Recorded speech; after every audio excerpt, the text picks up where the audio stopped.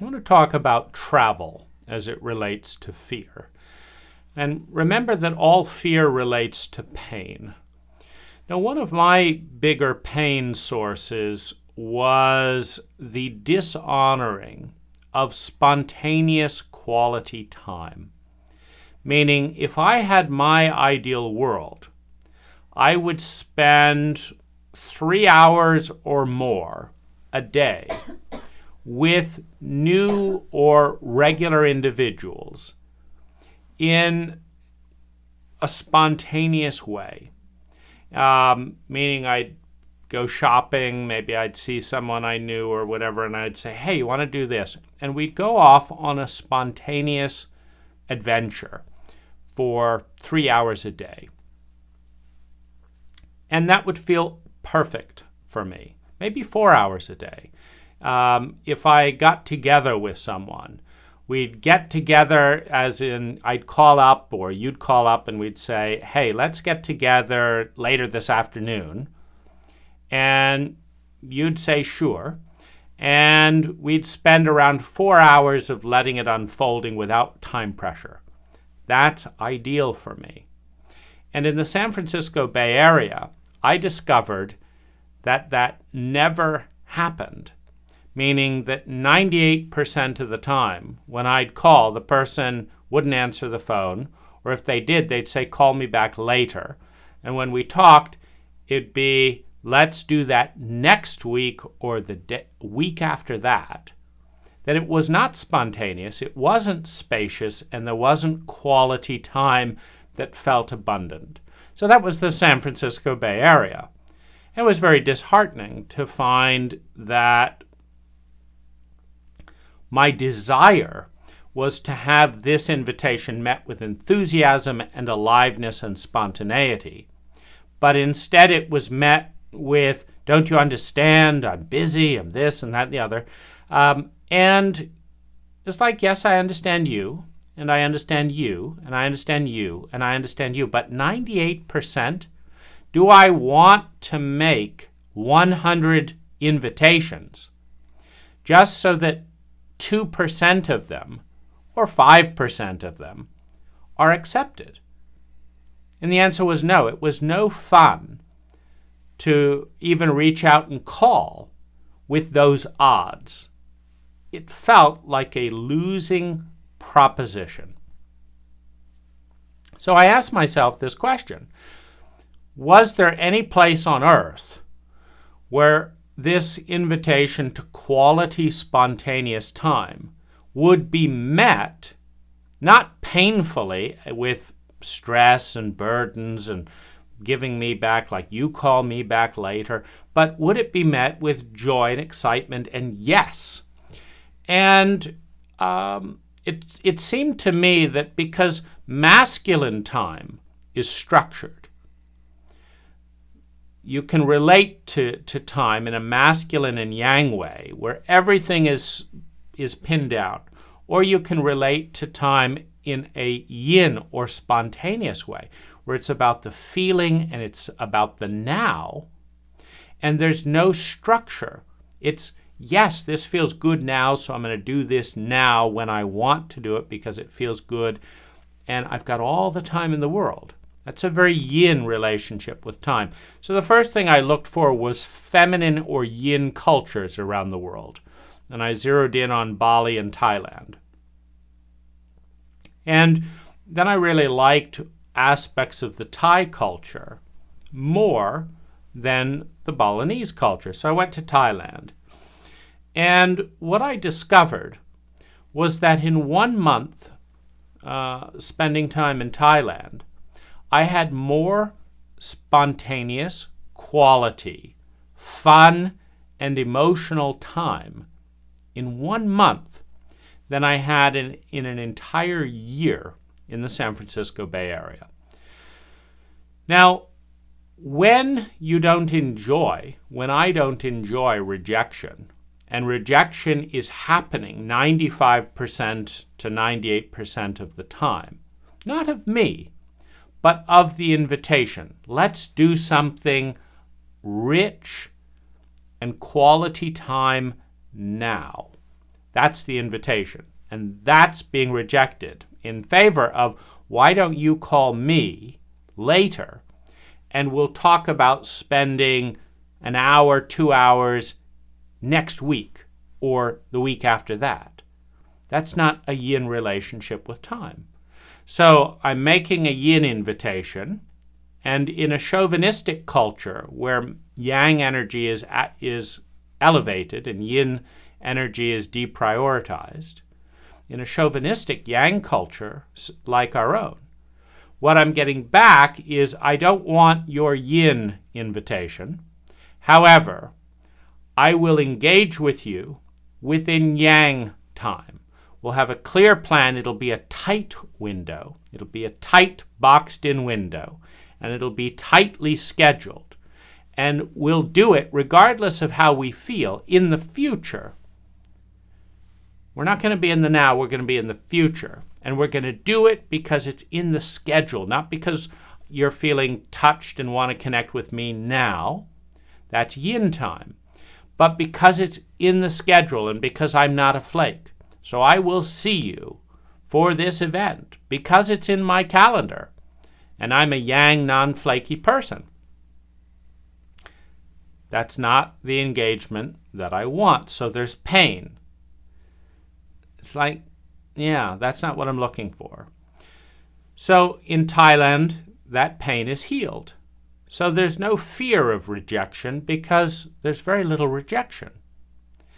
There's no fear of disappointment because there's very little disappointment. There's no heartache around the absence of yin because there's a lot of yin. But there's a lot of yin. There's a lot of freedom. There's a lot of nowness. There's a lot of emotion. There's a lot of spontaneity there in Thailand. And there's very little of that in the San Francisco Bay Area. Now, of course there are exceptions, but we're talking about the statistics. If I can be me, exactly as I'm being here, and be me over here, and get more than 1,200% return on investment. So over here, it's taking me 12 months to get that. And over here, doing the exact same thing, it's taking me 1 month. Well, if that's important, that's like a fertile soil that creates the kind of experience that is nourishing, that is medicinal. And for someone who's too yang, brought up in a yang culture, yin is medicinal. But if you're brought up in a yang culture, you're not going to cure your yang imbalance. You're not going to cure your dis-ease from leaning hard in this direction by spending more time in the environment that brainwashed you into this direction, into this position. You have to go to another environment that's leaning hard in the opposite direction, and that will be medicinal. That will balance out the influence.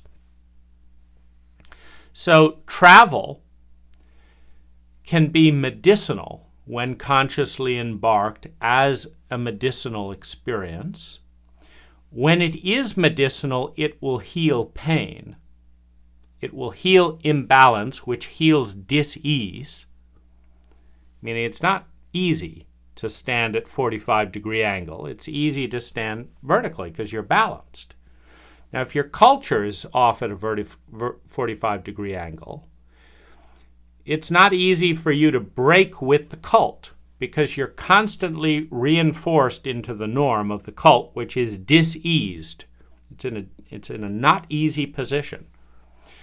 But this other cult that's going off in the other direction can help balance you out, shift perspective, spend a month or two with people that think completely different than your cult.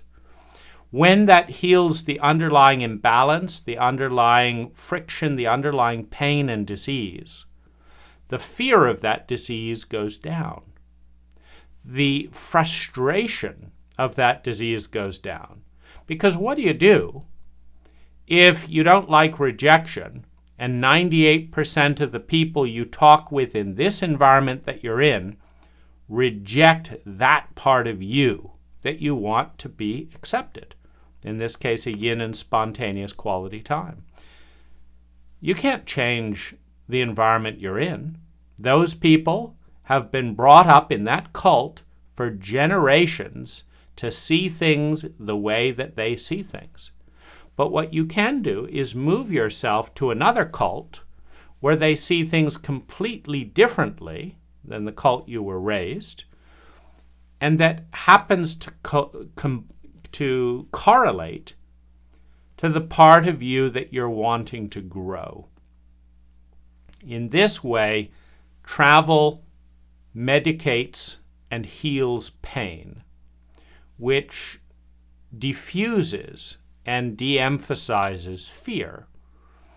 And it can be in a very, very positive set of directions. For example, almost all Thai people smile at me when I smile at them.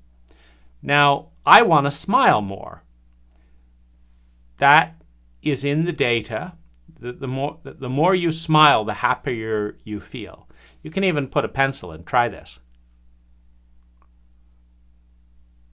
Now, I feel better within 5 seconds. Try it. Put your finger in your let's do it.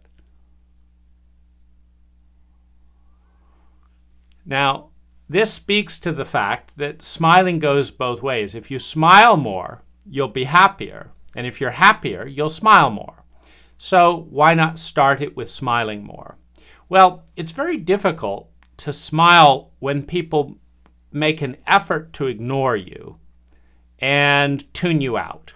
And Westerners are trained to do this because part of being an arrogant, yang, sociopathic chauvinist is the determination to be a distinct individual where no one gets to decide to affect me in any way. This is the arrogance of the Western ideal individual. It's the Marlboro Man archetype, right? I'm going to do what I want in the way that I want to and fuck everyone else. Well, empathy is going in the opposite direction. Empathy says that we are connected, and I affect you, and you affect you, and strangers affect us, and other people connect us. And the Western ego says, no one's going to make me smile or do anything that I don't want, and I don't want to be changed. I'm going to be miserable because I'm going to be miserable because I decided I'm miserable and no one's going to do anything about it.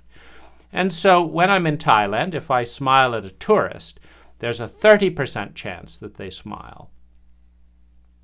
And there's a very good chance, a high chance, that they make an effort, meaning all kinds of facial muscles behind the scenes have to tighten up so that they pretend that they haven't noticed me. It's a pretense. Of course they've noticed me. A human being 5 feet away from them smiled at them. And they went out of their way to pretend that they didn't exist for any number of reasons that are mostly cultural. Now, this isn't any fun. It's no fun to smile at someone and have them spend more energy to pretend you don't exist than to simply enjoy life and smile back. So, smiling in the West is less common.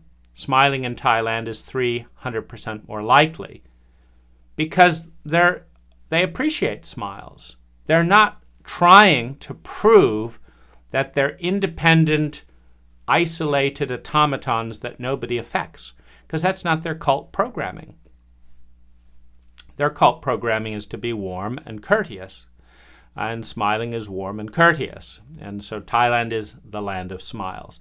So if I want to grow my smile, and I don't enjoy the infuriating, just like throw up your hands, like what have these cults been brainwashed into?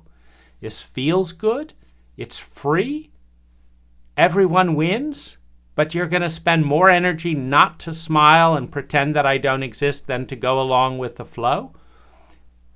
Absolute insanity. My cult. Hats off to you. Insane. It's no fun. But it is fun to smile at the Thai and share a smile and share that energy. So where do you go to smile at Thai people? Thailand, of course. And so travel is a medicine when it takes you into an environment that actively reinforces the things that you want to grow in yourself. And surprise to surprise, when you're feeling great, when you're smiling at more people, when you've gotten to know more people more intimately with beautiful amounts of quality time, your fear goes down, your pleasure and joy goes up. It's ideal.